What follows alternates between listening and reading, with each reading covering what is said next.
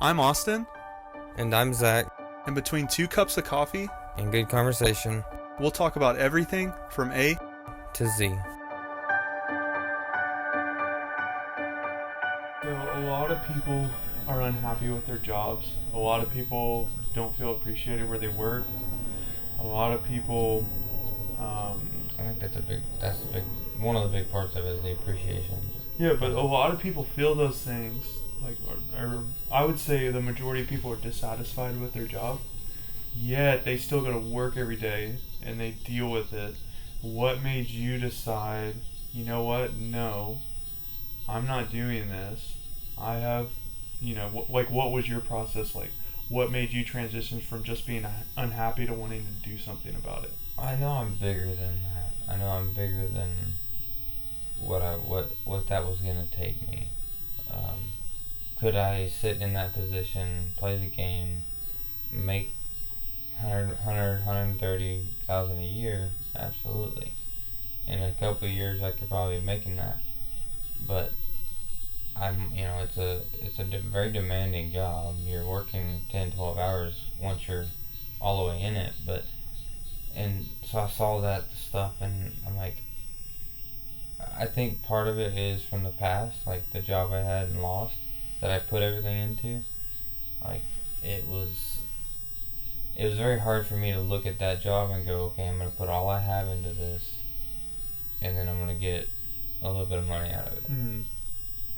and that's it. So I was like, I know I'm bigger than that. I know I've got bigger goals than sitting here and doing this, and so at some point I just like, you know what, I don't care what it takes. At this point, I'll work 4 jobs for 2 months or whatever I need to do. I'm gonna get out of here. I'm gonna do my own thing, and I'm gonna try and control more of my future than what I was controlling. And I guess the biggest thing is just realizing that you're bigger than what situation you're in. Mm-hmm. Don't settle. Don't. I think we cap ourselves. Like we talked about this a couple weeks ago, but we cap ourselves too much in a job and whatever, and we say, oh, this is the only thing I can ever get.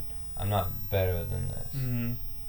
And because I've been looking for jobs for a couple weeks, and I'm not even getting looked at for the superintendent or these $75,000-$100,000 jobs. I know I'm capable, but people aren't even looking at me for it. Mm-hmm. And so it's a little downing saying, well, you're not worthy of that. And who's to say that? I mean, I was managing a pretty large company from the field operations and doing some sales, so I did a lot of it. And so in my head it was, am I worthy? But then on the flip side, I'm like, I know I'm a bit bigger than this. So it was just a matter of that, and I wanted to figure out. I wanted to give myself a chance to do what I wanted to do. Yeah. Whatever that is, and however that makes sense.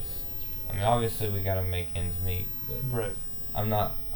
I have confidence in myself to go make money. Yeah. It's as simple as that. Mm-hmm. And so, if I can make money, then I may have to do it inefficiently at first, but that inefficiently, but I have control over it, gives me power to become efficient with my time and money and Mm-hmm. making it wise. So how has the first week and a half of that process gone? It's been of Operation. What's the operation name? I don't have one. Operation Zach Incorporated. Yeah. I mean it's been more of a. I mean, honestly, it's been more of a vacation Oh yeah. time, just to kind of get my mind away from that aspect. Transition periods are important. We went from, I mean, I quit Wednesday, and I even told them, I was like, I thought about giving you 2 weeks, But screw you guys. but it was just like it wouldn't be good for either one of us. So, Yeah. I mean, during that 2 weeks, it wouldn't be good, Yeah. and y'all may have more of a mess to clean up than what I was doing. Yeah. How long did you work there? We're just over 6 months, so almost Okay. almost 7. Okay, But- that's still a good amount of time. I know that's for you compared to Yeah. what that's very short. I had a job similar to that. It was this place. It was like hardwood floors. They do like custom hardwood floors for high end homes. Like one of the projects was like Dirk Nowitzki's basement, and then there'd be really high end homes in the Dallas area. And I lasted like 32 days, and I knew like it was just I knew just something wasn't right, and also me being on my hands and knees.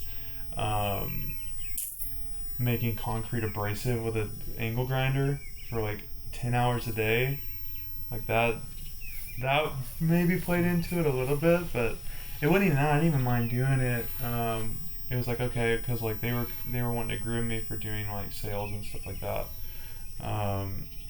but like wanted me to be hands-on, understand the process, stuff like that, and that's kind of what I recommended. But once I realized that, you know, who we were working for, and like just kind of there were just some things I couldn't put my finger on that just didn't seem right, and ended up talking to somebody about it. Word got to him, who was grooming me, and I was upfront with him. I was like, you know, yeah, this, and this, but I'm telling you, I'm not leaving. I'm not gonna leave you high and dry like that. I do understand it's not for me, and I do understand a couple of things.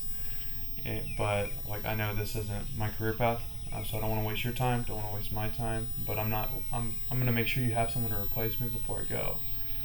And it wasn't but a couple of days later they found a reason to fire me, or they found a reason to intimidate me to not show up for work the next day. And I took that as I don't have a job, because I just had this conversation that I'm leaving, you know, this and that, and so I found work immediately. Yeah. And he calls me the next day. He's like, "Where are you at?" I'm like, "You told me not to show up." So I assumed I didn't have any way to feed my wife and my 1 month out son. You know, I was like, she was like 30 weeks at the time. I'm like, yeah, we 32, something like that. And I'm like, I gotta figure out money, you know. So I assumed I wasn't employed. But just that, and then they made it to where something broke that I never got confirmation on, that subtracted from my last week check that I had like 10 hours of overtime on, and to repair a garbage disposal was apparently the rest of my check. Like just really obscure stuff like that. So it was a good, like, it kind of confirmed that I trust Yeah. kind of what that intuition was. And like I think same with you had that intuition that, you know what, no, I'm capable of doing, like, something's not right compared to where I know I can be. I think we're taught to shy away from that a lot of Yeah. times, because it's like, no, you know, be a good, you know, you're taught in school, be a good student, do what you're told, you're rewarded, rather than saying, you know, what's this independent thought, let's explore that, let's scratch the surface of that, and let's explore that and answer that question. I think it's good that I'm really happy for you that you're worst case scenario, you answer the question, and you know, you figure out, okay, I gotta, worst case scenario, I gotta go back to, you know, doing X, yeah. you know, so Exactly. I mean, worst case scenario, I go get a day job. yeah, exactly. But at least you'll have that question answered, Yeah. or you'll have it answered. You know, there's a couple of more things I need to learn, and then I'll go back to it. You know. Yeah. But no, I think somebody asked me a question. It was actually during the interview, and she asked me like, what my thought on rewarding kids are. Like, if they did something good, how do you think rewarding them is? I don't remember the exact question, but it's something like that. To like, how do you reward your kids? And Mm-hmm. and for me, you know, I was thinking about that, and what you just said. We tend to we want that reward from, you know, in high school, college, and you're growing up, and you're like, oh, I did good, I get an A, or Mhm. I get a B, or whatever. I did bad, and I get a D, whatever it is. But you know, when she asked me that, I started thinking about it, and you don't want to raise your kids in that light. You don't want to give them the sense of, oh, if I'm going to do something, I have to get something out of it. Because how many times do we get paid every day, but how many times do we get up and go do something and don't get anything out of it? Yeah. So it's more. But I would argue that maybe since so many people are conditioned that way, that there's a lot of people that don't do anything if they don't get paid for it. Absolutely. I knew people, like when I worked overnights, I knew people that they were exactly a 1 minute before clock in. They clocked in and got to work, and then they like no more than 1 minute after. It didn't matter what happened. If shit hit the fan, if all hell broke loose and they needed bodies, sorry, my hours are done. You know? There's definitely those people. Yep. Even if they got paid overtime, that's not what they agreed. They wanted.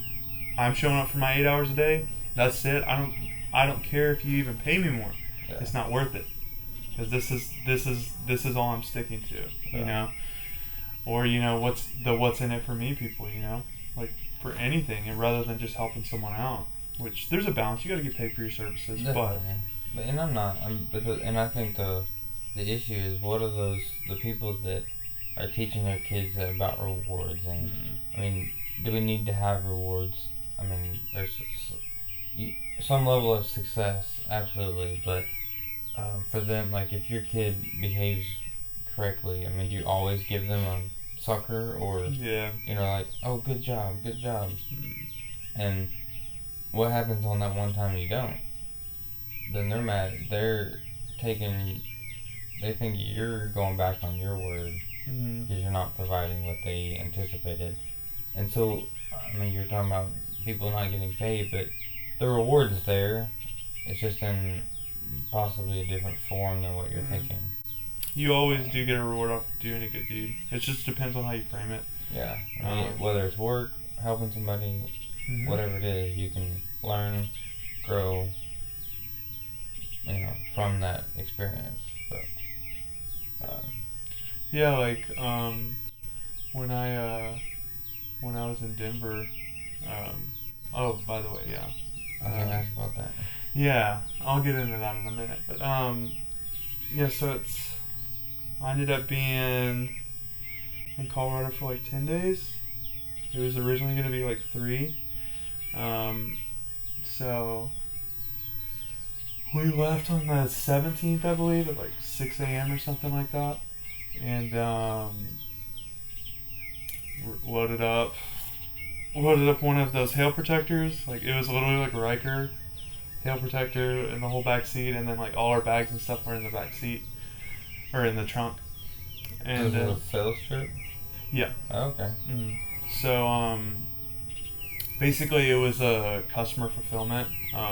Someone ordered a custom cover that was like $800, and it ended up being not the right size. We had a manufacturing error to where they forgot a 4-foot section, and it literally, like, he had a like F-350 long bed quad cab, like the biggest truck you can have, and it didn't even go to the tailgate. Like it was like probably 3 or 4 feet short, or it was like two or 3 feet short. So to ship it back and to ship the new one would have been like $400 because of the size of it. So I was looking at that. I was looking at how much it would cost to get out there. Plus, while I'm there, I can show the product. Like I'm already out there. I have a product on hand, and so I got out there, and I was like, I'm already out there. He my business partner helped with travel costs and stuff like that. And so I met him out there because he paid really good money for a custom unit, and I switched the units out because like that was going to be the most affordable way to do it. Barely, but it was more affordable, and it's something I kind of had my eyes on a little bit too, to go out there, and that's a place that we're wanting to stay at. So we went out there. First 3 days, like, because we booked one for 3 days, and it was literally me handling that transaction and doing like outside sales type stuff, and then finishing editing a video for a deadline. So I was either in the basement, because it was like one of those shared spaces where the owners, or they were basically they basically leased it, or they rented it from the Airbnb like ownership agency. Yeah. And they get a discounted fee for like hosting it, taking care of the cleaning, making like, so they get, but it's 2 separate levels, 2 private entrances. You share the backyard, but that's about it. It's separate besides that.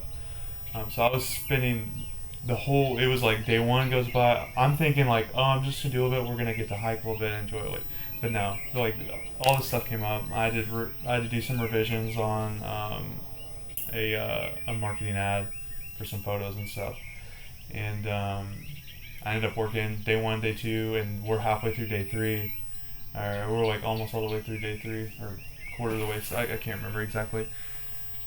I'm like, dude, I basically just traveled to Denver and stayed in a basement, and I'm about to drive back tomorrow. We're looking, and we're I don't know if I mentioned it the last time on the video, but we're planning on traveling full time once our lease is up, and just living Airbnb traveling. It's something we really want to do. It's a question we really want to answer. It's a journey we really want to explore. But anyway, so we're like, let's see what a test run look like if it's affordable. And we found this place in a city called Breckenridge, and it's a ski town. The city sits at 9,500 feet elevation, and it's surrounded by 13,000 foot mountains. So it's like basically it's like a bowl. Yeah, it's like a bowl in the middle of the Rocky Mountains, and it's gorgeous, absolutely stunning. Takes your breath away. It feels like you're in a totally different like planet. It's just nuts. Texas, I can see until my vision runs out. It's just flat. You get down to the South Central Texas, not so bad. Yeah, it's not terrible. Just go to West Texas. Yeah. Really, Oh yeah, I was there. It's miles. Believe me, I was there. I got to see Amarillo. Right. I got to see Amarillo. But anyway, Riker did really well. So In the car? Yeah, he his first long trip. Oh yeah. And the thing is like if we're around town, usually after like 2 hours, he's like, "Hey, dude, like, I'm ready to be home. I'm ready to do whatever." But we only had to make one long stop in Amarillo. So we got from Dallas to Amarillo, and we found a park there. He played for about an hour and a half. He had a really good time. Really, really cool park. But we did that, and then we stopped and ate, and then we fueled up, and then we headed out, and then we didn't stop again until Colorado Springs, which is about an hour or so away from Denver, hour and 15. We played at a park there, and we finally got home. We got to the Airbnb, and then stayed there. Worked, and then found a place in Breckenridge for a really good deal. And So were y'all on a time crunch getting there, or not really?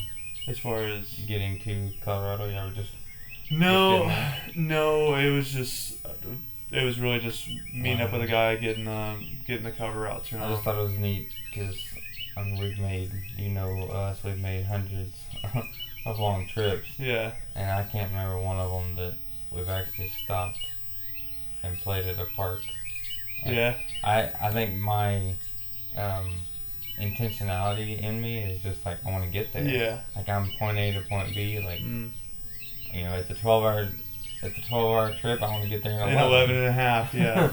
But the way I kind of look at it is like, I'd rather take 13 and enjoy it, and Absolutely. everybody, maybe I can crush it. I mean, on the way home, I drove into like 4:30 in the morning, and that's probably what started this whole overnight thing. Like ever since then, I've just been really, it's weird. I'm telling myself right now that I can sleep every other day, and it's working out so far. But obviously, I'll need to readjust if my performance drops. But for the past 3 days, it's been good. Time will tell if I fade today. We got a lot to take care of. Yeah. Anyway, I'll get to the good stuff. So we get there. One, we wanted to answer: is this just like a bug that we're wanting to get out?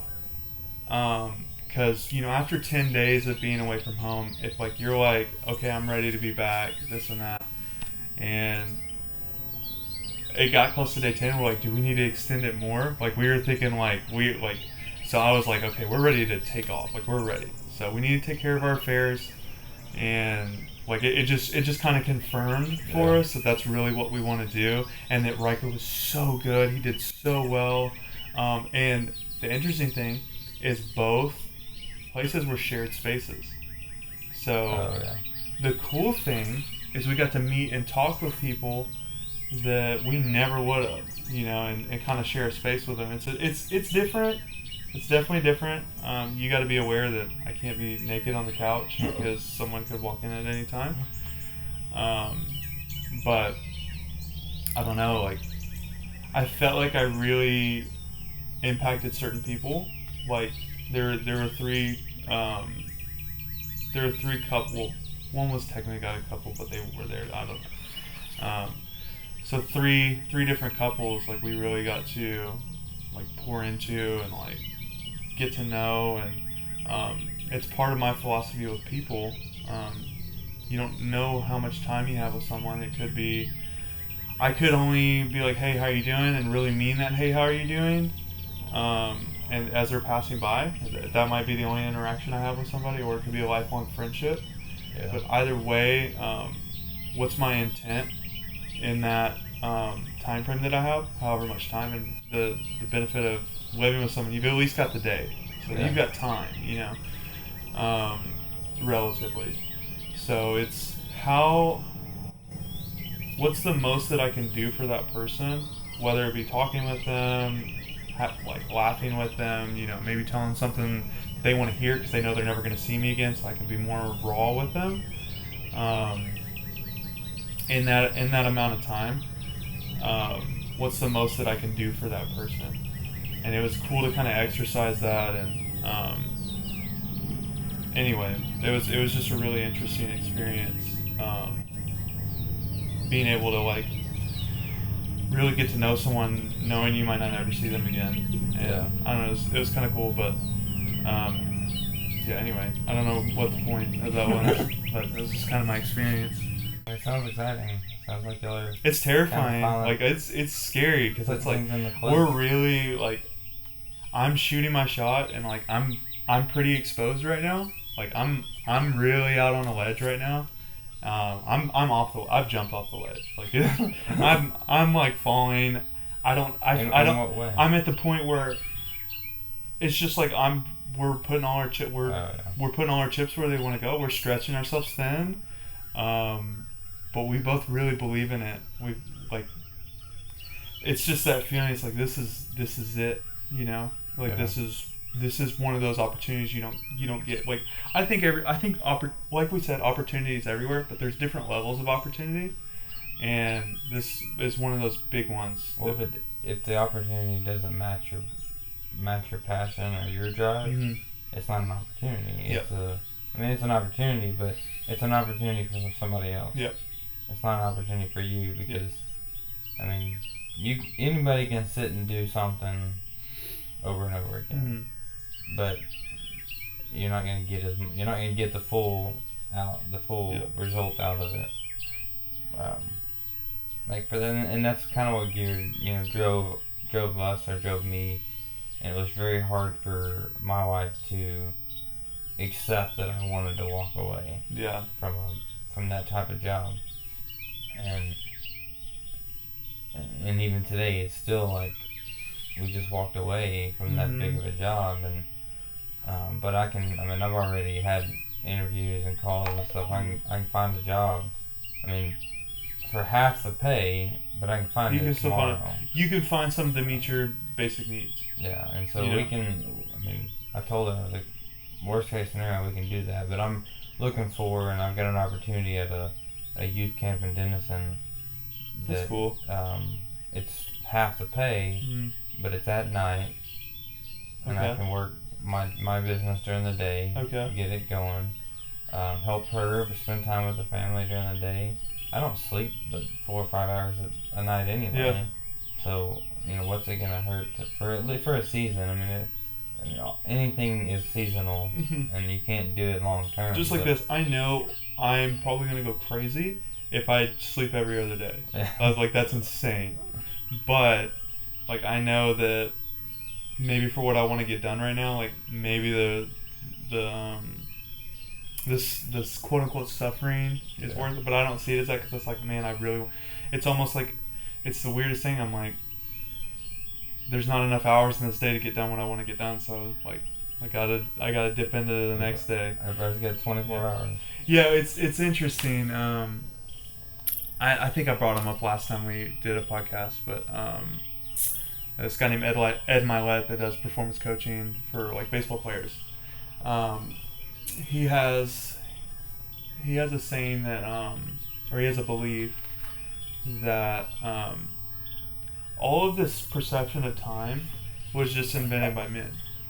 You know, only a guy. Obviously, the sun goes up, the sun goes down. You know, naturally. Yeah. I'm not arguing that day and night isn't day and night, but what a work day is, what breakfast time is, what like all of these things Daylight that saving time. yeah, exactly. Obviously, yeah. Think about that. Their construct of time didn't work, so they had to put a clause in there every 4 years because it's still a little off. It's Yeah. still not exactly right. You know,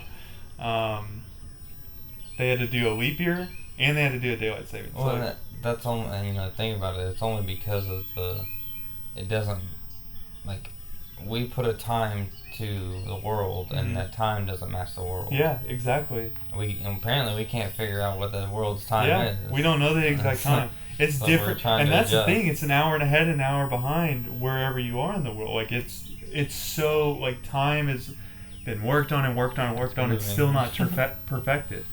And they're talking about getting rid of daylight savings. Mhm. Like, you just get rid of something like Yeah. that you've had for Yeah, years. exactly. But- So it's like, well, that's what people will. You talk about this time of day is the same time of day every morning. mm-hmm, It may be the different time on our side, mm-hmm. different numbers, Yep. but it's the same time of day. Yeah, Like the sun might be a little different where it rises. It rises in a slightly unique spot every morning, but we're an hour into what daylight has started. Yep. And no matter what, Yep. every day this is this time. Yep. That's what I've always been intrigued about that. Mhm. But go ahead.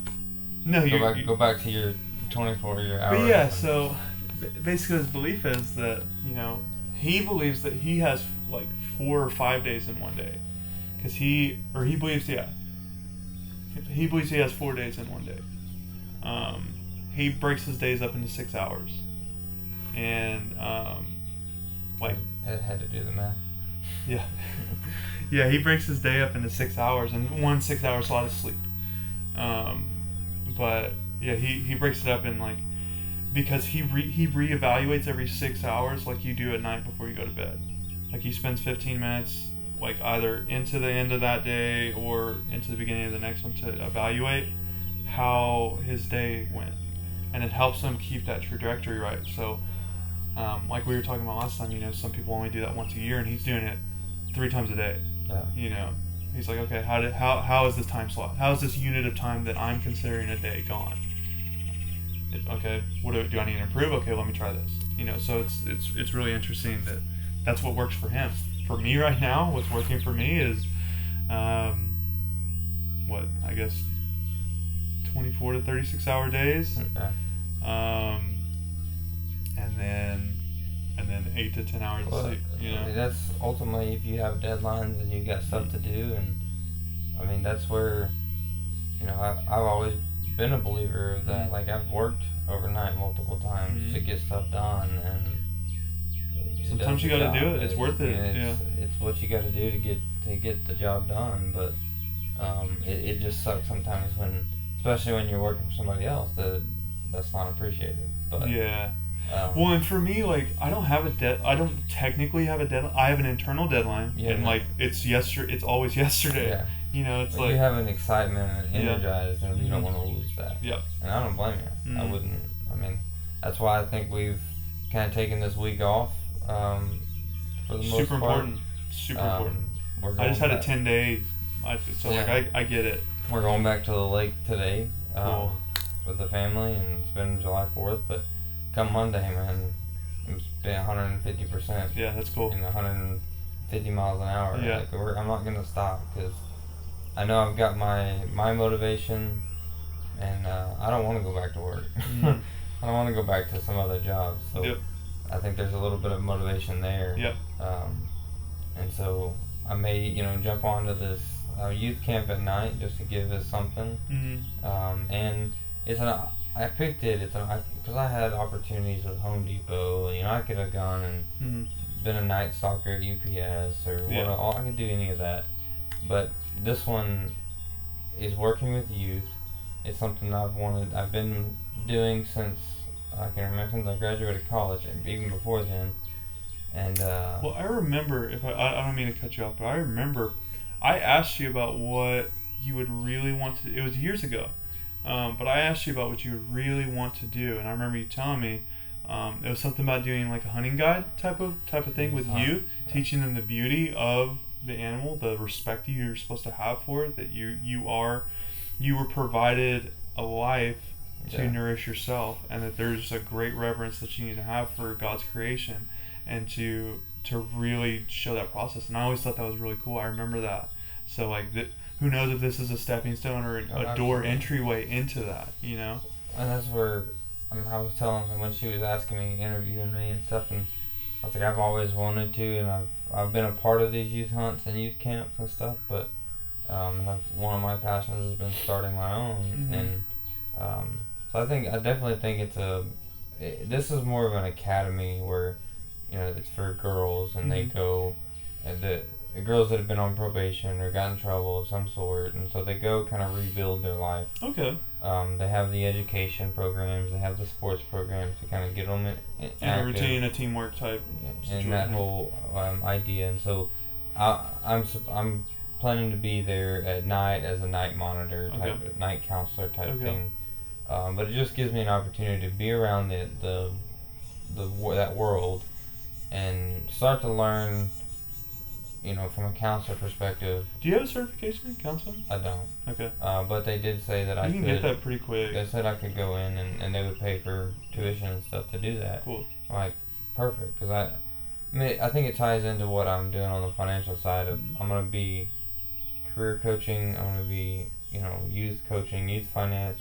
I'll do the adult financial coaching, and I love that part of it too, but I think my real passion is the youth. And so being able to do both of those, I think, is going to give me a lot of good experience of how to talk to kids. Because in the past, I've had a problem of listening. Like listening to someone's problem and not go straight to a solution. And actually just listen to them and say, because sometimes the solution is just listening. Yeah. They just need someone. They just need to get it off their chest. They don't even know what they want. Yeah, and that's the thing, when you actually listen. So there's a saying, it's something I heard on the way here. Your youth and your younger years it's important to be interesting, and your older years, when you're mentoring, it's so crucial to be interested. Yeah. So you kind of build what you're in. I wouldn't say you're on your later years. You're still very young. Yeah. I hope not. But when you go into that more mentorship type, it's a lot of times when you listen and you really listen, because someone knows when you're not there. There's a certain feeling you get when someone's not listening. You can kind of tell when it's kind of going in and out. They could even be like looking at you, and you're like, not there. Like you can tell they're not there. But when you really listen, a lot of times you can tie themes together we have a huge blind spot to something because it's so much easier for us naturally to evaluate our external surroundings rather than our internal, because part of our survival mechanism. But in that, we can evaluate humans very well. We're naturally good at evaluating other humans, Yeah. but not so good at ourselves because we're too focused on the outside a lot of times. We're too close to it all the time. Yeah, you're way too close to it, so it is blind. It is blind a little bit. So It's like a lot trying of to look at somebody's life with a magnifying glass. Yeah. Like you're in yeah, this and it's like season, you're it's not like looking at the well, whole it's like this whole picture, and you're like you can see this, and it's just Yeah. like it's you're missing some of it. yeah. So a lot of times when people are either venting or going through a struggle, like if you're asking good questions, and really listening, you can tie a lot of stuff together for people and make them think of a perspective they never have. And that's where I wrote a blog and waiting on the editing part to get done with it. But it's career coaching. It's talking to students about, hey, what do you want to do when you grow up? And when we're asked that in high school, it's like, what do you like to do? Yep. That's what the question is. What do you like to do? Like, what could you see yourself doing for 30 years? Well, what's the average job people have today? Like 3.8, 4.8 years or something like that. Like Yeah, it's very short. It's short. I think it might even be shorter than that. It's It may pretty be short. now, Especially in the I think. younger age demographic. It's like a year or what. It's pretty short. It's and there's not necessarily anything wrong with that. They're just jumping from one opportunity. Well, they're to the increasing next. their income too, which And is so, interesting. I think, but for me, like I've talked to several people over the last few weeks, and I think all of them have a degree, but they're not using that degree. And why is that? Like we've pushed these students to go to school, go to school, go to school. Doesn't matter what you get, just get a degree. Mm-hmm. And people are getting a degree in art and whatever it may be. Business admin. Yeah, and then they don't even use it when they come out. And like I've got a degree in wildlife management, and I'll probably end up using it at some level, but I'm not using it now at all. And so I think it's for me talking to the youth. It's asking those questions of, hey. Because I can go back to my high school job, my first couple of jobs, and like, okay, what was I good at in that job? Even though I didn't like it, even though it was a fast food or whatever job it was, I stayed there for over a year. What was I good at in that position? And you start looking at that, and I'm like, okay, I was a pizza maker in high school. Like I made pizza for Mr. Jim's. And I was good at it. Like when we were busy, a lot of times he would have two people on the table, and for when I was there, it was just me, because he knew, like when I had my process down, I was faster than I could get them done and done right. You're the best there at it. Exactly, and so I was looking at it like, okay, I started looking back, and this was 6 months ago, 5 months ago, and I started thinking about it, and I started looking back, and I'm like, okay. That's a process. Like I figured out my process. I did the same thing. Yeah. To get to get a result. They were different pizzas, but I did the same process. And what's cool is probably there's certain things only you knew the quality of. Like, are those pepperonis spaced out right? Is the amount of cheese even on like little things that most people they don't do. They don't give a shit about it. But it's like you're making a product and you care for the sake of like that's your standard. And I think. Like being able to cultivate that skill is so crucial. Absolutely, because it has nothing to do with pizza. It has to do with your ability to discipline yourself and say, "That's not my quality. I'm not putting my name on it." I gotta restart. I gotta remake this one. And but that's where that's what I want to help these students do is start to look back or look at the jobs they have currently and go, "What am I good at in this job, and what do I like to do? What are my passions? What are my talents? And how do you merge those two?" You ever heard? I think I've told you of King Coleman. Yeah, I think so. Essentially, he's got that podcast, and that's exactly what he's talking about. Is how to your dream job is where your passion and your talents are. Your passion and talents intersect, and I think it's critical because I'm sitting here with a wildlife management degree looking at financial coaching. Like, I went to school for that because that's what I thought was fun or what I thought would be fun. but I didn't really sit back. And I'm not saying, I'm gonna be able to hone in, but I'll get people closer, or maybe they go get a trade school degree or a business degree because they want to manage people. Yep. Like I have a huge passion for managing a team, but I also want to do something I have passion for in the helping people, coaching people, and then you just follow that into the youth. I mean, you can go all the way back to high school, and I was always involved with youth programs, and so it's like there's stuff there that we don't reflect on to put us forward. Like we don't reflect on our last year like we should to direct us in the next year. We'll reflect on it and go, well, I didn't do that well. Yep. So what? I'll try and do better. Yep. And they don't sit there and think, okay, what did I like to do? What did I do that I enjoyed? And how can that direct me going forward? And that's all I want to do with the students is help them that. And that's where I think this opportunity is going to be good experience. And potentially I get a counselor certification. Yeah, and that's applicable to multiple. That's a good. And the thing, let me finish that thought. That's. Well, going from thought to thought to yeah, thought. I'm sorry. Can't stop. That's a good, skill and certification to have, and you're getting paid for it. Like, I'm always a big believer in that. If there's something you're interested in that you can get paid for, to on the job, either learn or acquire, I mean, you can't beat that. Absolutely. Yeah, there's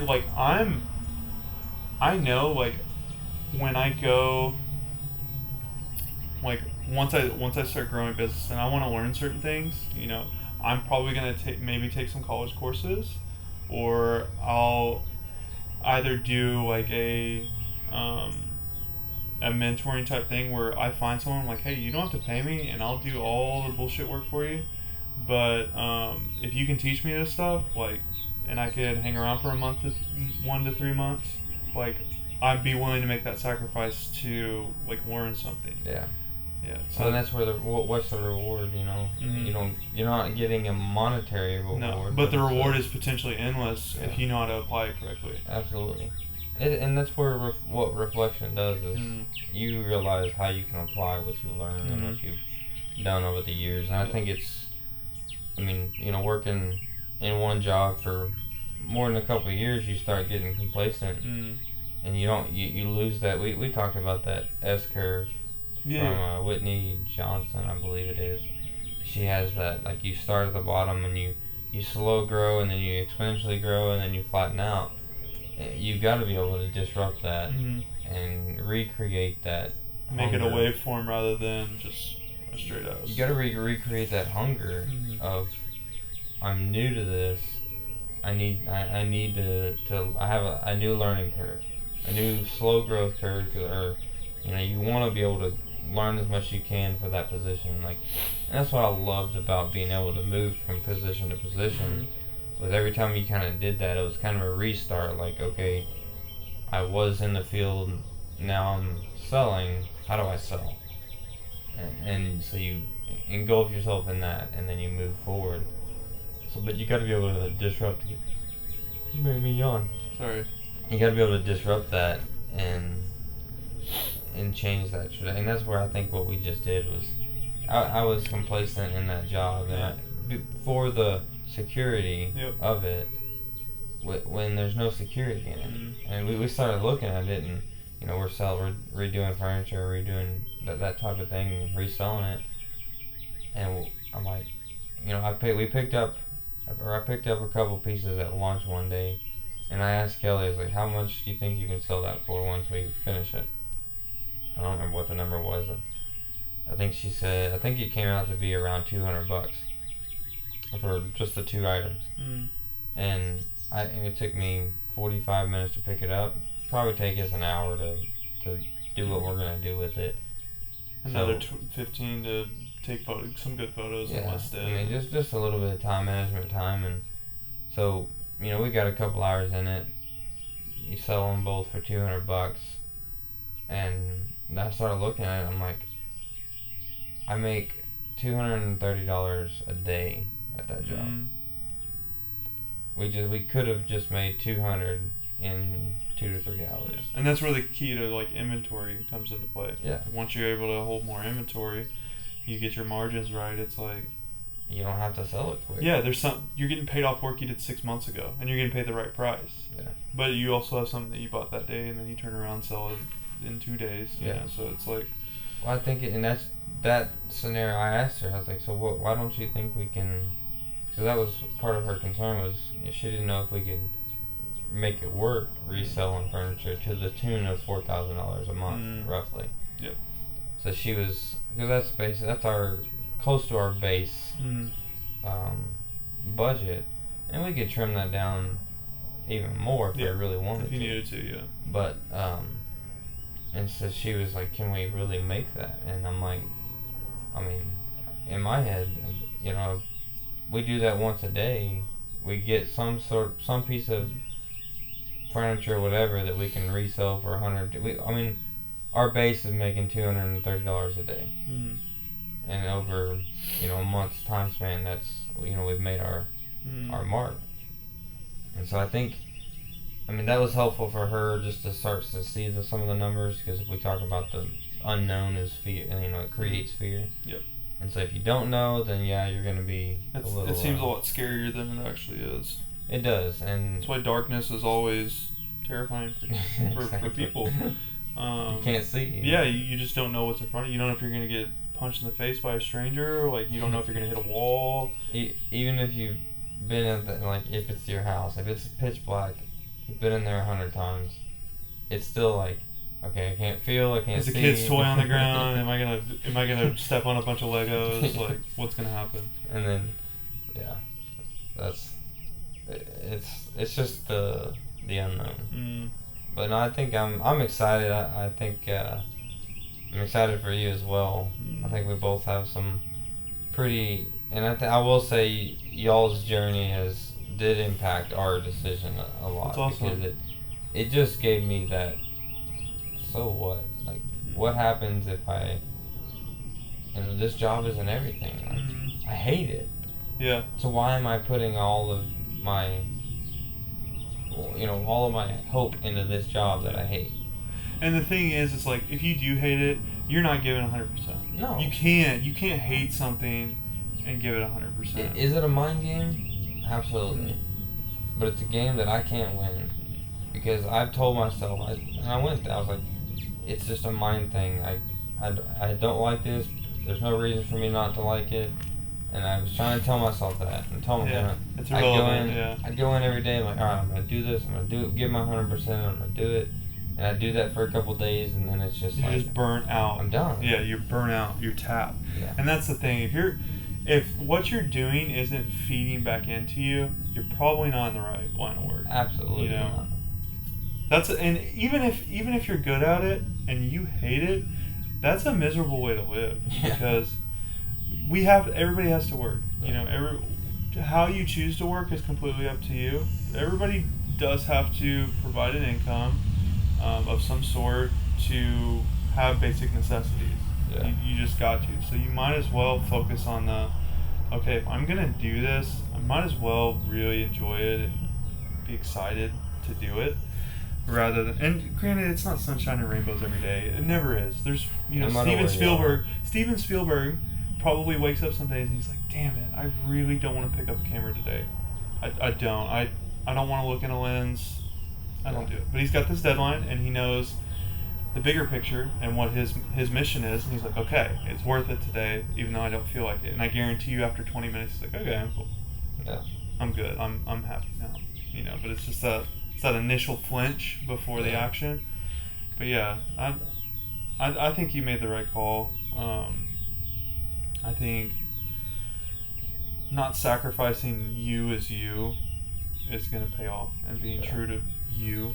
I think we forget to do that a lot of times. Well, we talk about security, and I've talked to people, and I kind of get the feeling that they think I did the stupid, wrong decision because I walked away from a security, a guaranteed income. paycheck. Yeah, especially in the world today.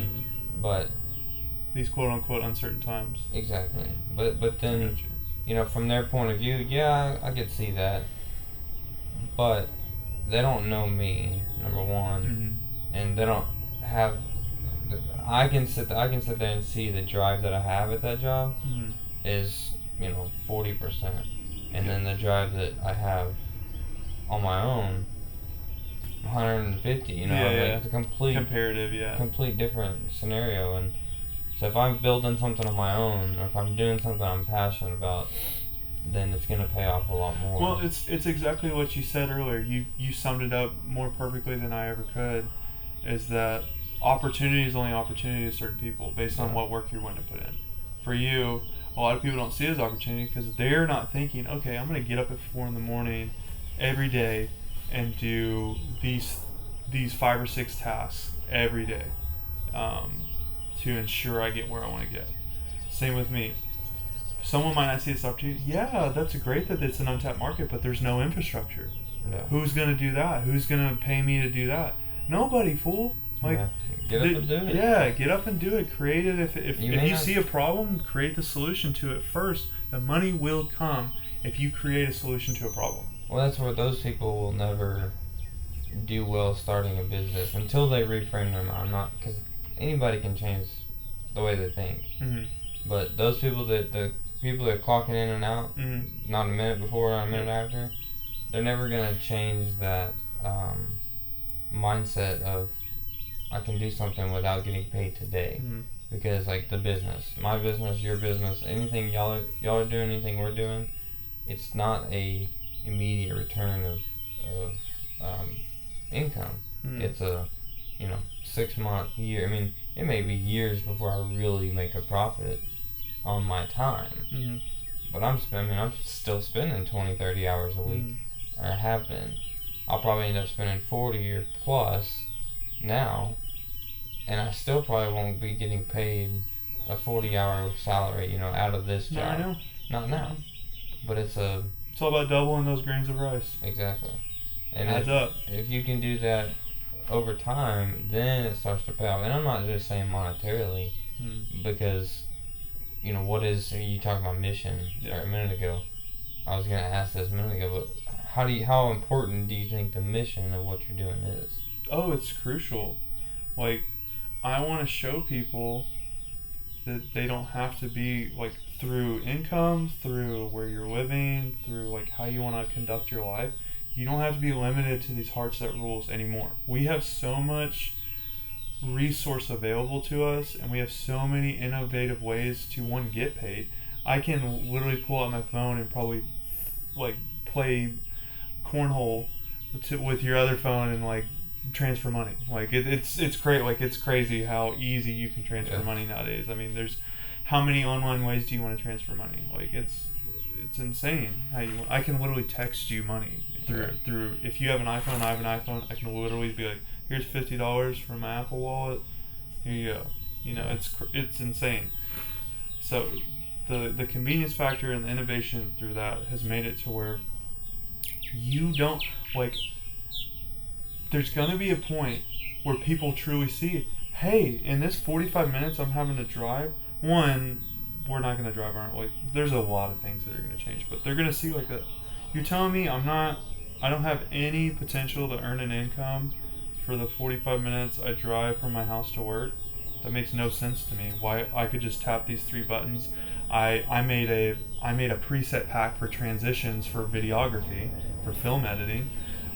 I could conduct a sale. I could email someone my transition packs and make $60 in the time it took me to drive there. So, like, stuff like that. Like, it's just, there's so many ways to do it if you know what to look for. Why do you think people don't think outside those? Well, I told parameters? you, the people that do it, I don't think everybody's shown that, and that's kind of my. There's nothing. Same with getting people, following Christ. Like, I want to at least know that I showed them the opportunity. What they do with it, I can't control, but I can be. If they show any interest, I can be like, all right, I'll answer any questions you need. I'm not going to do the work for you, but I can show you anything you want. Yeah. being able to at least be a resource like that for people, you know, and Absolutely. it's there's I forget his name. There's this guy that he has a lighthouse tattoo on his forearm, and the story behind it goes is there's two ways of saving boats. There's the lighthouse and there's the tugboat. Tugboat is strong, powerful. It can pull anything on its own, but it requires a lot of resources to do that. It sees that boat stuck, it tugs out there, tugs it out of wherever it's stuck. I don't know tugboats that well, but you know, it gets that boat unstuck. Something much larger than it, but it's just powerful. But it needs to refuel, it needs maintenance, it needs a lot of work. You know, it's got to be serviced a lot, and it's pulling one boat at a time.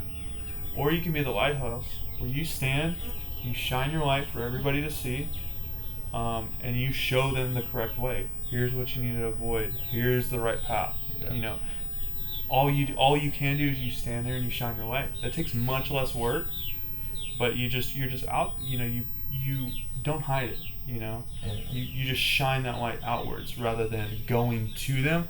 You know, the lighthouse doesn't move. Yeah. You either listen to the lighthouse and you find that path, or you crash. You know, but either way, there's nothing I can do about it. All I can do is show you the way. Yeah. Rather than draining, think about how much more energy that drains to go out to that boat, to go out to each individual person and be like, here, let me drag you to the finish line. Who do you think impacts more people? The lighthouse or the tugboat? I mean, You know? absolutely. But who gets the instant satisfaction? The tugboat, probably. Tugboat. Yeah. He gets that instant. He gets that personal, hey, I helped him just out. did Yeah. it. The lighthouse may take a few Which years. that perspective though, maybe someone is like, I don't want to work with a ton of people. Maybe there's a tugboat for a reason. There's certain people that are Absolutely, yeah. meant to be tugboats, and there's nothing wrong with that. There's nothing wrong with it. Because you're gonna be able to go a little bit deeper on that impact. But what do you, or do you know who you are? Mm-hmm. Do you know which one you are? Are you the tugboat or are you the lighthouse, or is there somewhere in between? Mm-hmm. Like that. That's what I think people need to start to figure out. Mm-hmm. Instead of just going through life with this. I mean, we're only here for a vapor. Mm-hmm. I mean, and we're here to spread God's word, but we still have to live. And so why not live to the fullest while we're here? How is that going to impact how you spread that message too? You know? Absolutely. If you're stuck in your own world here, you're not spreading it as far as you can. Mm-hmm. And I'm not saying you have to travel. No, you don't have to. But use every opportunity with the people that you meet to spread that His word. Yep. And then I mean it's just if you're living life to the fullest and spreading whatever you know when you can at whatever opportunity you have, then you're living His life, or He's living His life through you, through whatever life you've created in the physical. Yep. So you created this physical job or these interactions with other people, and that gives God the opportunity to speak to them in that realm. But if you're stuck in your own world, then you're limited to the people that you see on a day-to-day basis that they don't want to talk to you. Yep. And quite frankly, nobody wants to continue to talk about the same thing over and over Yeah. again. But Yeah, I guarantee you, if the apostle said, "Have you heard the good news?" to the same 20 people every day, shut up. Yeah, you yeah, talked about it'd last get a week. little old. But even though they're ignorant in the fact that they may not see the light, the true light, but he's still asking them because he knows they don't see it, and he can ask them and ask them and ask them, but they're like, "You told us 2 weeks ago. We already know it." Yeah. Even though they don't really realize Right. what it is. I mean in Matthew it's like they say, "Lord, Lord, did we not do this in your name?" So it's like these people live their whole life thinking they had the truth, and then realized they didn't at the end, and they were worshiping, and it's just that mentality of you can think you have it all, Yeah. and you don't. Yeah, and there's such a parallel between the spiritual and the physical. Absolutely. There's so many parallels, and the same as business. Like same with bringing people to the kingdom. What say you do end up showing those 20 people, that they have heard the good news, they've accepted the good news.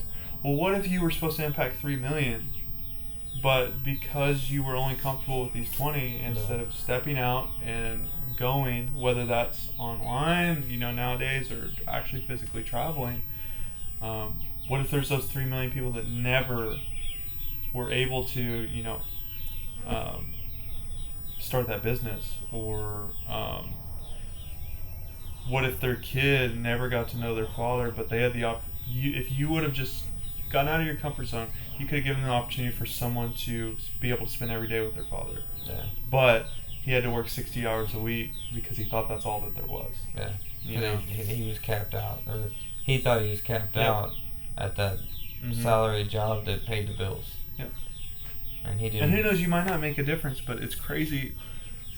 But The most pivotal moments in our life either come from experiences and then reflection, or from conversations. Absolutely. And the thought that if you don't say anything, what could have that done? And that can drive you Yep. that can drive you nuts. Yeah. Since I didn't say something to him, Yep. what does that do? Now, if you say something to him and he doesn't like it, what did that do? Well, you didn't waste. You spent a little bit of breath, and maybe one day it'll register to him. Maybe it's not the right now. Yeah. Maybe he's hot about it right now, and then he spends 3 days reflecting on that because he's still mad, and then he's like, oh, wait a minute.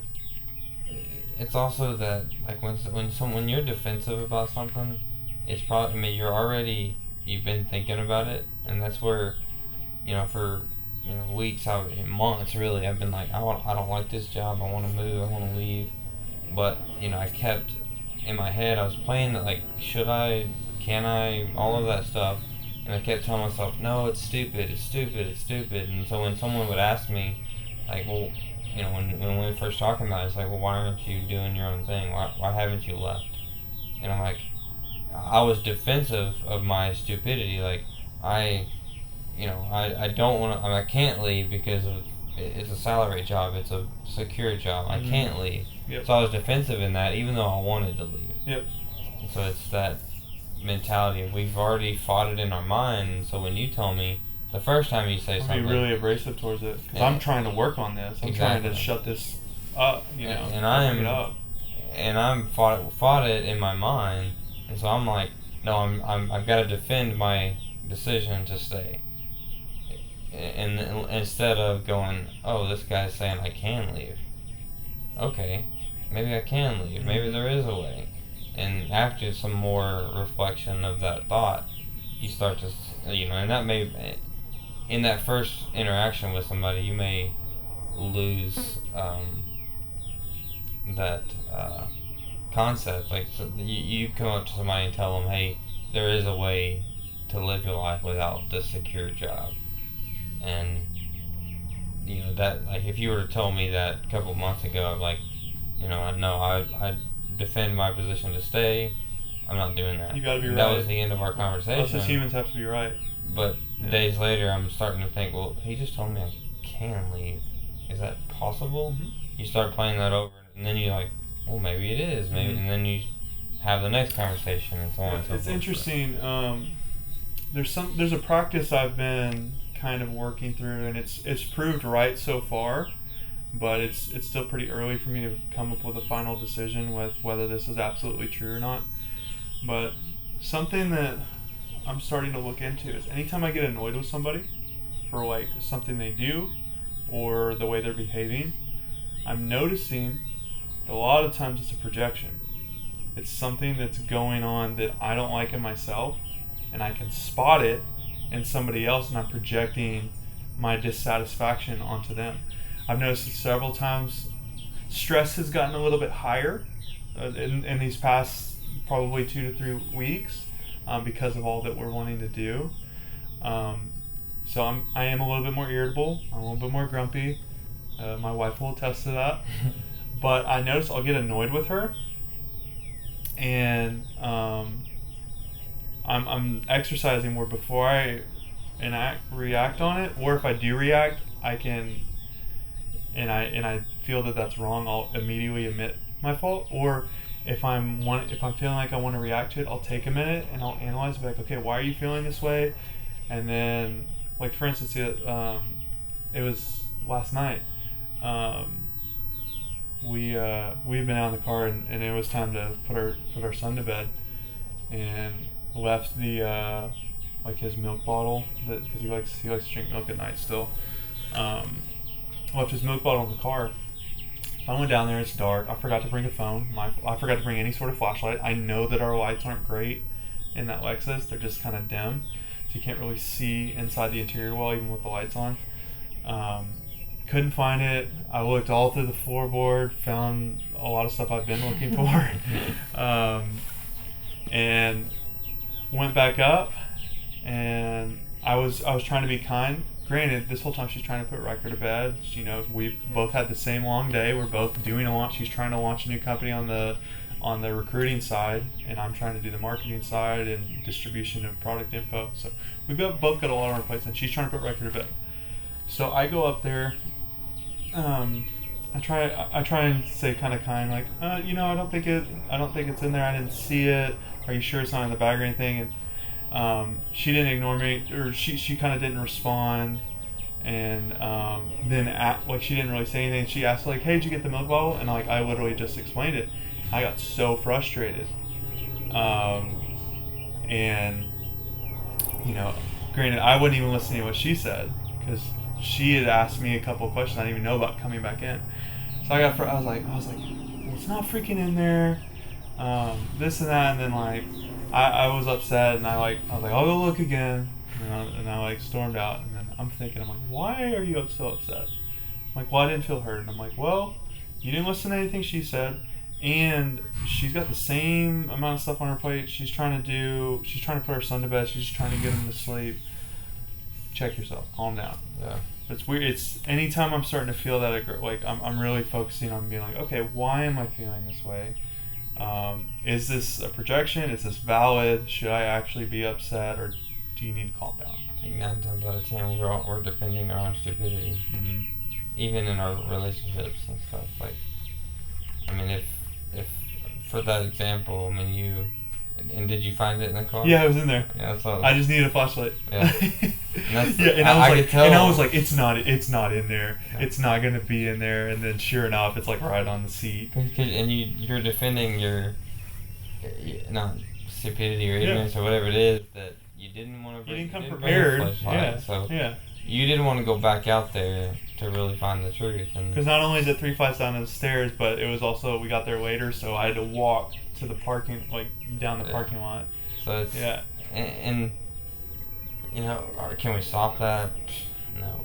It's our instinct. It's something we have to realize. Like and that's something to be completely transparent with your wife or spouse, is to sit there and go, okay, there are going to be times that we react. Doesn't mean that's really how we feel. We react for a reason, yeah. I mean, if she reacts and get mad at me for something I do, then I can sit there and go, okay, maybe what she said is true, but she wasn't that mad about it. It was just something that aggravated her, and it accumulated or whatever. And that's typically what. And like you said, when you're mad at something or somebody, it's typically because you see what they're doing in your own self, and you're mad because I do it all the time. I think if people get mad at me for doing something, and I can see it in other people, I'm like, why aren't people getting mad at you? Yeah. And so it aggravates me that way, and it's like. But back to what you said. Back to what you said about the reaction thing. Something that works for me and my wife is we kind of have like a 5-minute grace period. If it's something that's kind of like, obviously, if every time you say something there's backlash, like there's something else that needs to be worked on, because that's not okay. You can't get yelled at all the time. Like, That's not okay. I'm not condoning that. But we kind of have a 5-minute grace period. Like if it's something that's upsetting, if we try and address stuff right then, especially for Kayla, like it's not gonna, like 5 minutes is huge for how she can kind of calm herself, collect her thoughts and stuff like that. So we kind of have a 5-minute grace period, and we've learned now that instead of reacting, we're like, okay, we're gonna use that internal clock to like kind of, I'll tell her something and she'll be like, I'm not happy about that or whatever, and then she's like, I need a minute, and it's like, cool, take your time. We can talk about it. It's not like we have these daily or anything like that. But anytime there's an hourly, anytime there's an abrasive conversation. Well, also when you're both home full time, you're around each other more. So you gotta figure that out. It might get you're gonna have to. It's a new chapter of your relationship too. Yeah. Because I'm sure Kelly's had a routine for years where, granted, you were at you were at home, so it's a little different, but like. Lack thereof, maybe. Yeah. Not to demean her at all, but like she's a free spirit, mm-hmm. and so for a routine for her, just like it's hard for her to stick to. Mm. For me, I live by a routine, and I want to live by a routine, and so there's definitely going to be that learning curve of how do we operate, staying home together, mm-hmm. working at home together. So. We haven't got to that point yet. Yeah. We're about to face that and see. It's been 10 years for us together, so we've gone through a lot. But I think this is a whole new chapter. It's a whole new chapter. But yeah, I'd say the most important thing is like, if you can get her to set some sort of work window, like that's what works for me, because I'm a little bit more free spirited as well. I'm not huge on structure. There's certain things I really like structure, and then there's certain things where I want it to be open. Yeah. But if you could get her on a window, like okay, between 10 a.m. and 2 p.m. I got the kids. If we can be family, that's fine too. If you want to spend your time that way. Or, but hold each other accountable. Obviously, if you're always just chilling and not trying to forward your business, like, hey, it's understanding that. Yeah. But saying, hey, from 10 to 3, I got the kids. If you've got stuff you need to take care of, if you need to go look at stuff and pick stuff up, like, I'm on parent duty right now, and then you can kind of change those roles. Evenings, obviously, both of y'all can have it if y'all want, or if there's a big project. Obviously, it's just it's finding that dynamic, and that's why I like blocks. I think blocks is easier especially for being at home and like two people trying to develop their businesses with a family. There can be that blocked structure mm-hmm. in the background. But then there's always that flexibility of the now. Yep. And that's what I think. I'm totally flexible. Like, there's a lot of people that love structure, mm-hmm. and they cannot stand when they go outside of their plan. But how many times does your plan work perfect? Like, just the way you planned it. That reminds me of this this really, really good quote. Perfectionism is the face of insecurity. A lot of people will never do something because they're like, oh, I can't get a perfect schedule down, or oh, this piece of content isn't perfect, so you keep working on it and working on it and never get it out. It's really because you're not confident in saying, hey, this is me, I'm putting this on it, I'm doing it. And we can hide behind, well, it's not perfect yet. Well, it's never going to be perfect. No. Done is always better than perfect. Yeah, it never will be perfect. Yeah. No matter how many hours you spend on it, you always go back and go, well, it's never going to be would perfect. have done that different. That's kind of the mindset of the hindsight's 2020. Mm-hmm. Hindsight's not 2020. Even if you're like, okay, there's been stuff where I'm like, okay, this is perfect, and I put it out, I'm like, oh, okay, maybe for the time that was perfect, but it's still like, was it worth the extra 6 hours I spent on it for the, no, it would have been done at this point and still looked pretty good. Yeah. And still probably got somewhat of the same result. Got 99% of the same result. But that's part of the learning curve too. But, well, I'm glad you're. I'm excited to see where y'all are going. And I'm excited for us as well. But so the next thing where it is. The next thing I'm manifesting and believing that's going to come in is this probably gives me a heart attack a little bit, but there's the next step that I really do actually need is like a $2,700 laptop. It's up there, but rendering 4K videos and all of that stuff it takes a lot of processing power. And I've got a 2017 MacBook and I've got a 2012, and like both of them are crashing trying to do what I'm trying to do, and like literally to render takes longer. Like by rendering, like you apply these effects, you create transitions and you merge clips together, and like trying to see if the transition with the sound design and everything is lining up, it's like missing like 12 frames. So it'll be like stop and then like transitions over and then it finally starts playing again. It's not, I can't be like, okay, did I apply the filter right? I can't fine tune it because it's just like I'll literally have to spend 20 minutes playing it back and forth to get it to finally buffer to where I can see this, and it's like it's just wasting so much time. And for the production software I'm wanting, or that I'm needing,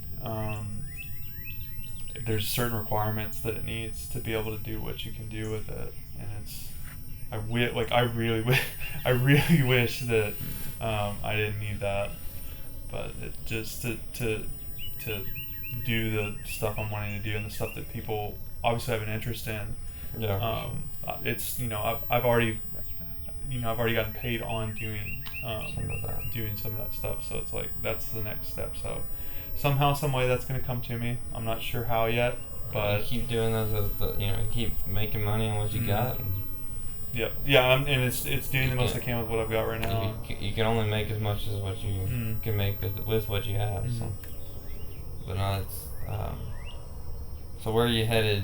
And then like this next week, what are your? I'm getting that laptop this next week. Oh, it's gonna happen. That quick. If I gotta sell my couch, I'm being so serious. Like if I gotta sell whatever the hell, selling it anyway. Right? Yeah, exactly. Whatever I gotta sell, to make that business investment, like that's what I gotta do, to get where I want to go. Yeah. I might not be able to sit on a couch for the next couple months, but it's temporary. We're not going to be, we're having to sell it anyway to do the traveling we want to do. So how quick are y'all getting the network marketing thing?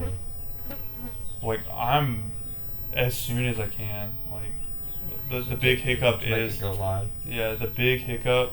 Like she's still getting people to sign up and stuff, and they understand that this is like resources aren't there. All this stuff. Like you can. Obviously, the UK team's working really well with us. They're opening it because obviously it's a franchise that we're franchising out of, and their networks in the UK,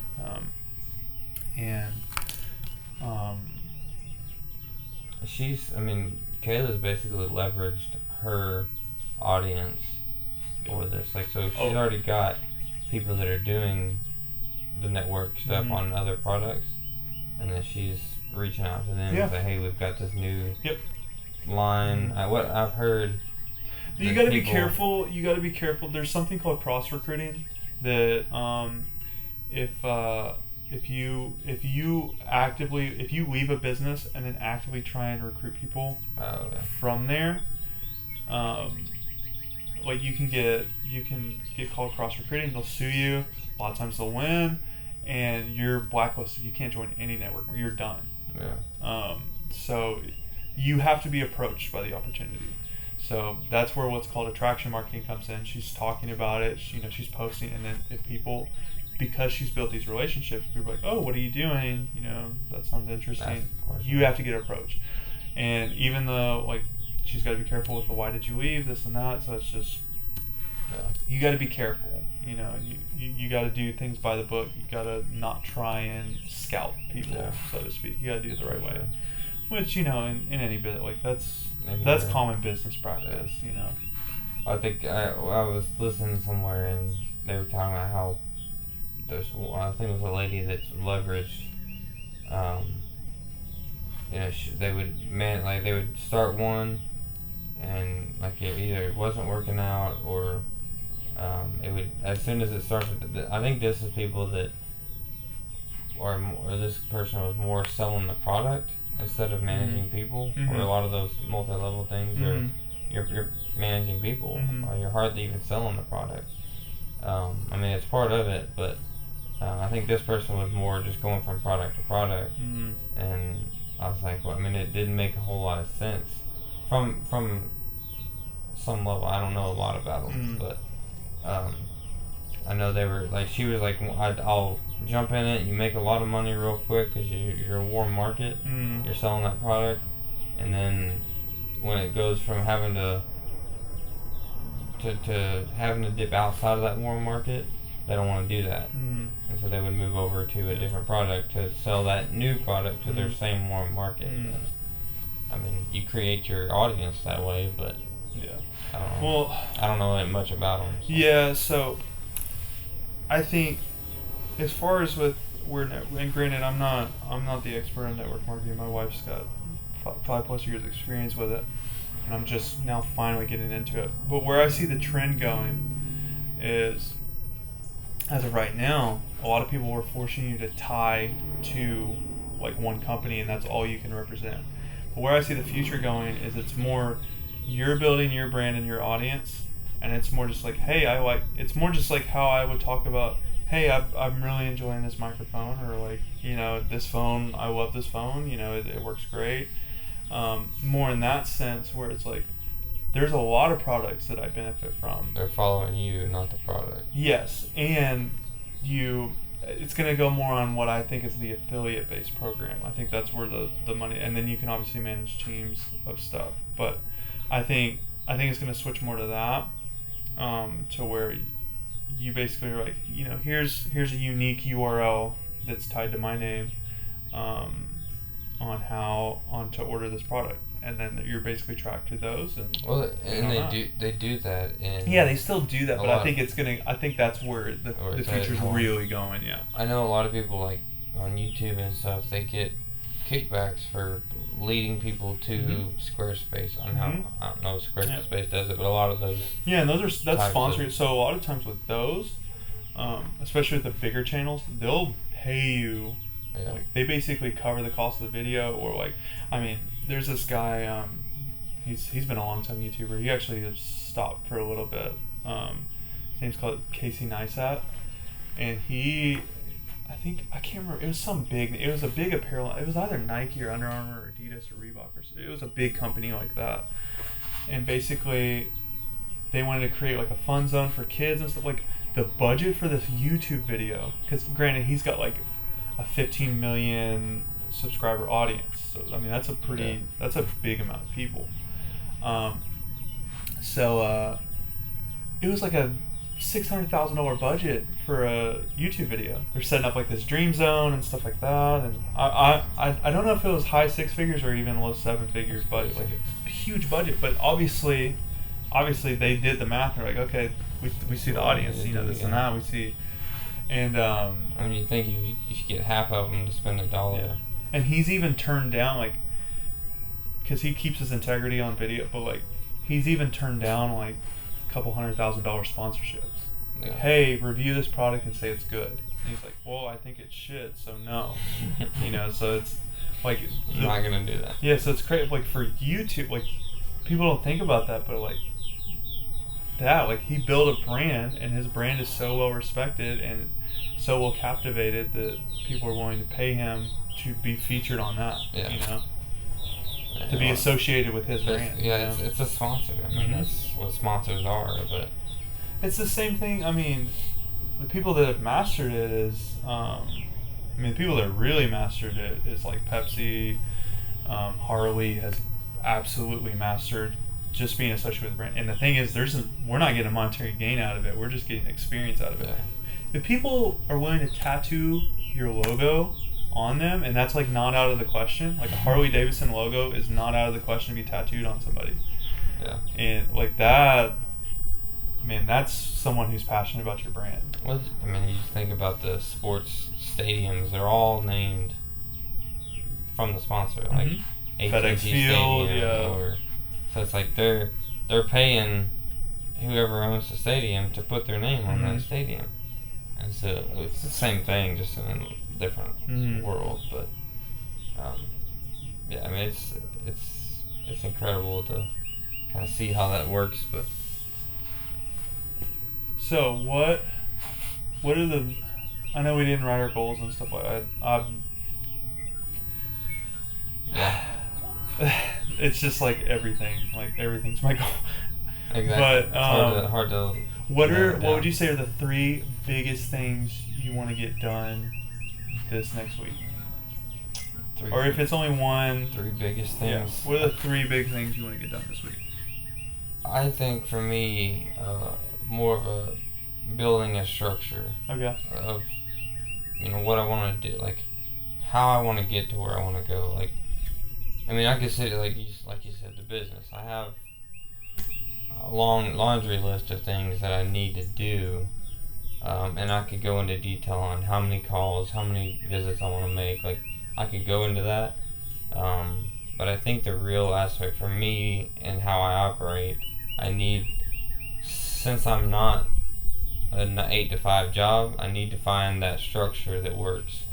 And so for me, I want to be able to take this next week and really focus on, hours. Do I work 8 to 5? I mean, 8 to 10 in the morning, and then, take a break, or how does that look? Like you said, what are those blocks that I need, that works best for me, and knowing that it's probably going to change when I first do it, but setting something up before the week begins, so that I can at least somewhat follow it to see, did that work well or did it not? I think that's huge.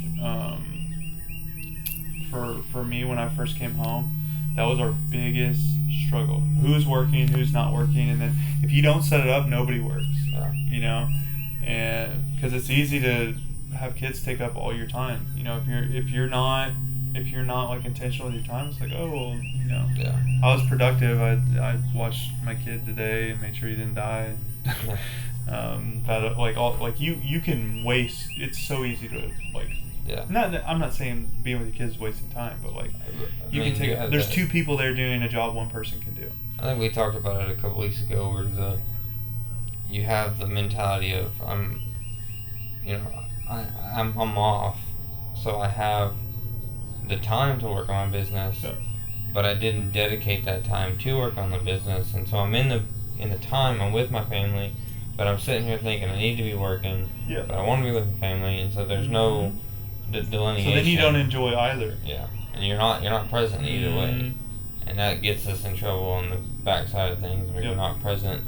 You're not productive at work. So you don't do either well. You suck at both. And family's not happy, and you're not happy with yourself, business, and so work's not getting done. For me, there's got to be some level of structure. I would say that's my number one. Yeah, and I think you hit the nail on the head too. Like, you're not going to get the perfect schedule. You haven't done it before. Yeah. You're not going to get the perfect schedule done right. We wasted a good month trying to get the perfect schedule down, and we still haven't gotten the perfect.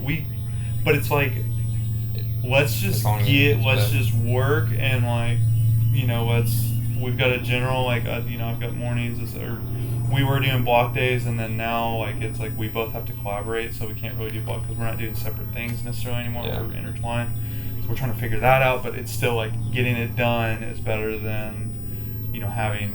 Maybe we could squeeze out an extra 15% efficiency if we got down, but it's going to take 6 months to get that perfect schedule. Like, it's not worth it. When you get to the 6 months, then your perfect schedule changes. Yeah, exactly. It changes, and you also haven't gotten all this work done.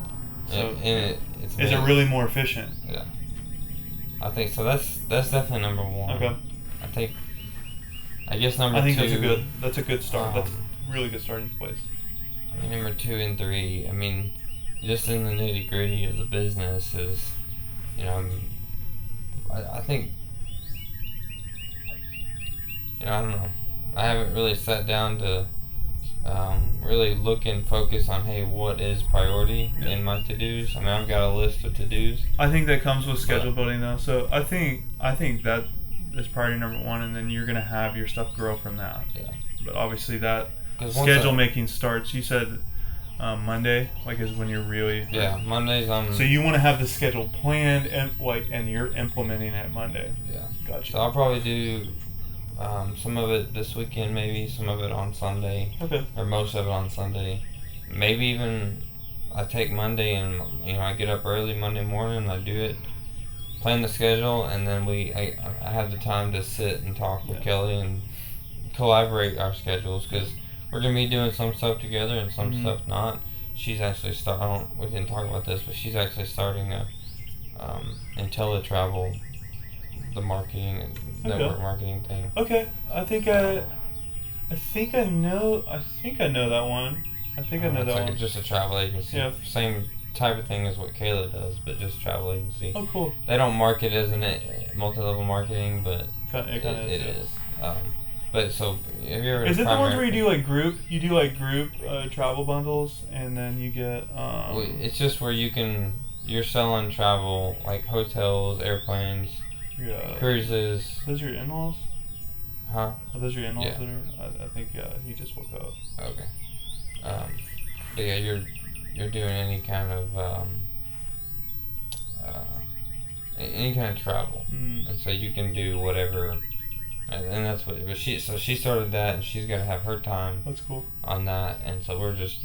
I think we may spend most of Monday Oh, just so happy! together. I'm so happy that she's doing that. That's I am awesome. too. I told her, if it doesn't work, you did something, and you're starting to figure out what you want and can do. That's cool. That's so cool.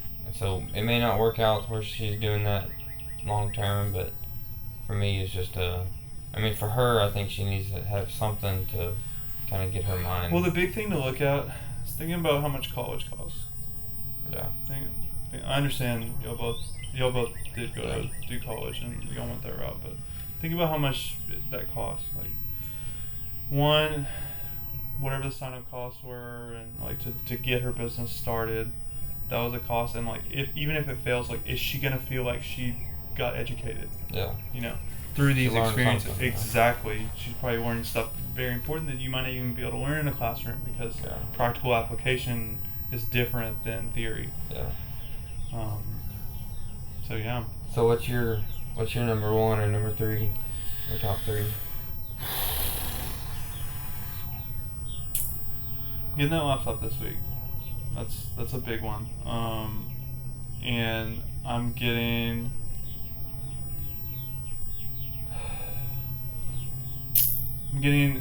Half of the product videos shot and uploaded and ready.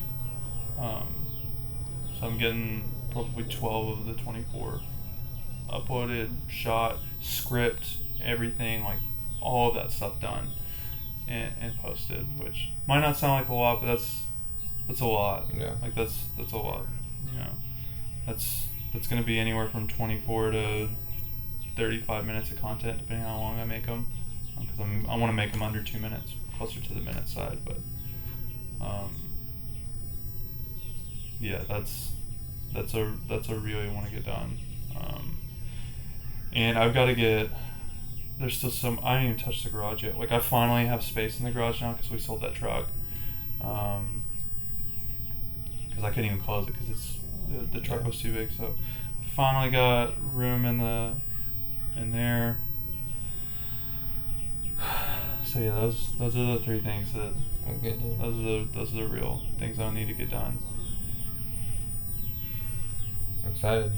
Yeah, it's gonna be a lot of work, but It's all worth it, right? yeah, that's kind of what I told Kayla. I was like, for the next 30 to 90 days, it's Crazy. Yeah, it's gonna be a lot of upfront sacrifice, but it's not really sacrifice. I mean, it is. What are you sacrificing? I'm sacrificing a little bit of time now for a lot of time later. Exactly.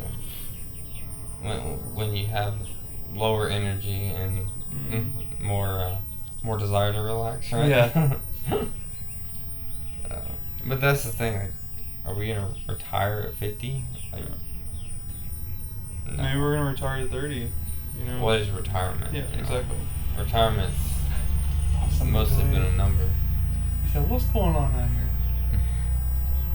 I said, "What the heck? Where's my eggs? Where's my bacon?" That's funny. get like a cup of coffee. Woke up so confused. Alright, man. Well, looks like everybody's getting their day started. I need to get my day started. I still gotta clean out both cars. Well, I mean, I'm gonna cook some French toast if you want to stay. Yeah, I'm cool to do that.